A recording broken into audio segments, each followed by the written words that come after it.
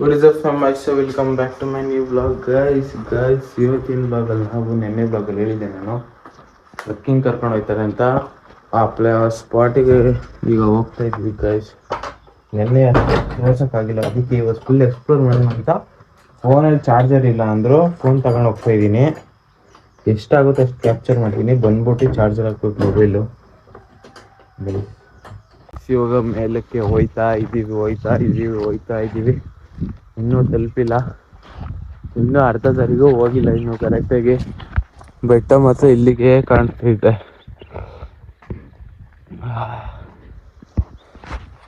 ನಾವಂತೂ ಇನ್ನೂ ಹೋಗೋಕ್ಕೆ ಆಗಿಲ್ಲ. ಅಲ್ಲಿ ಇನ್ನೊಬ್ರು ಬರ್ತಾರೆ, ಅವ್ರು ಇನ್ನೂ ಬರ್ತಾನೆ ಅವರೇ, ಇನ್ನೂ ಬರೋಕ್ಕಾಗಿಲ್ಲ ಅವರಿಗೆ.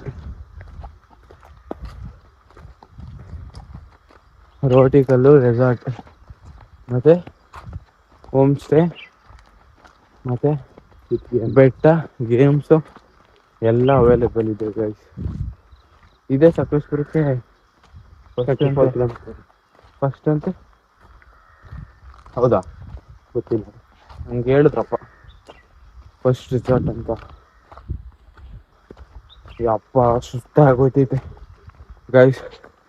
ಮೇಲಕ್ಕೆ ಹೋದ್ಮೇಲೆ ಸಿಗ್ತೀವಿ ಗೈಸ್.